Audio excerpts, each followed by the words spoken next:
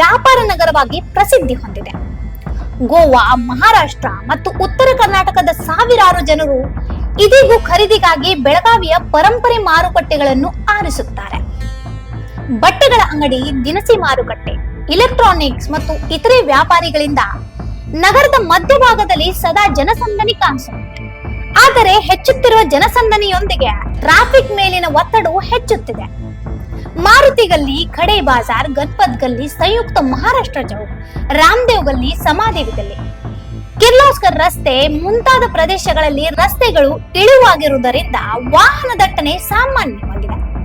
ನಗರದ ಹೊರ ವಲಯಗಳಲ್ಲಿ ಕೆಲ ಕಡೆ ಪಾರ್ಕಿಂಗ್ ಸೌಲಭ್ಯಗಳನ್ನು ಒದಗಿಸಲಾಗಿದೆ. ಸಂಭಾಜಿ ಚೌಕ್ ಮತ್ತು ರಾಮ್ಲಿಂಗ್ ಹಿಲ್ ರಸ್ತೆ ಪ್ರದೇಶಗಳಲ್ಲಿ ವಾಹನ ನಿಲುಗಡೆ ವ್ಯವಸ್ಥೆ ಇದ್ದರೂ ಕೂಡ ಕೆಲ ವಾಹನ ಚಾಲಕರು ಸ್ವಲ್ಪ ಹಣ ಉಳಿಸಲು ನೇರವಾಗಿ ಮಾರುಕಟ್ಟೆ ಪ್ರದೇಶಕ್ಕೆ ವಾಹನಗಳನ್ನು ತರುತ್ತಿದ್ದಾರೆ. ಇದರಿಂದ ಟ್ರಾಫಿಕ್ ಸಮಸ್ಯೆ ಮಾತ್ರವಲ್ಲ, ಪಾದಚಾರಿಗಳಿಗೆ ತೀವ್ರ ತೊಂದರೆ ಉಂಟಾಗುತ್ತದೆ. ರಸ್ತೆಯ ಮಧ್ಯದಲ್ಲಿ ಅಥವಾ ಬದಿಯಲ್ಲಿ ವಾಹನಗಳನ್ನು ನಿಲ್ಲಿಸಿ ಚಾಲಕರು ಕಾಣೆಯಾಗುವುದರಿಂದ ಆಟೋ ಚಾಲಕರು, ಬೈಕ್ ಸವಾರರು ಮತ್ತು ಇನ್ನಿತರರಿಗೆ ಅನಗತ್ಯ ತೊಂದರೆ ಉಂಟಾಗುತ್ತದೆ. ಈ ಬಗ್ಗೆ ಸ್ಥಳೀಯ ಆಟೋ ಚಾಲಕರು ಅಸಮಾಧಾನ ವ್ಯಕ್ತಪಡಿಸಿದ್ದಾರೆ. ಅವರ ಹೇಳಿಕೆ ಪ್ರಕಾರ ಟ್ರಾಫಿಕ್ ಪೊಲೀಸರು ಕ್ರಮ ಕೈಗೊಳ್ಳುತ್ತಿದ್ದರೂ ಕೂಡ ನಾಗರಿಕರು ಸ್ವಯಂ ನಿಯಮ ಪಾಲನೆ ಮಾಡುವುದು ಅಗತ್ಯವಾಗಿದೆ.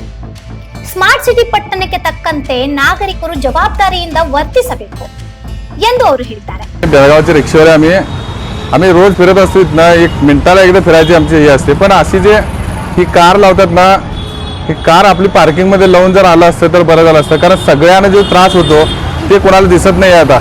पण अशी गाडी लावल्यामुळे तिथल्या गाड्या काढायला येत नाहीत, पण त्यांना कोण विचारायला आता कोण जात नाही. त्याच्यामुळे कृपा करून काहीतरी याच्यावरती तोडगा काढावा एवढं आमची विनंती आहे. ही समाधी गल्ली आहे. इथे जेवढे नाही तर अख्ख्या बेळगावमध्ये जिथे जिथे गल्ल्या असतील तिथे अशाच लावून चालल्यात. त्यांना कोण वालीच नाही सांगणार. त्याच्यामुळे त्यांनी प्रशासन सुद्धा त्याच्यावरती काहीतरी तोडगा काढावा याची विनंती आहे आम्हाला.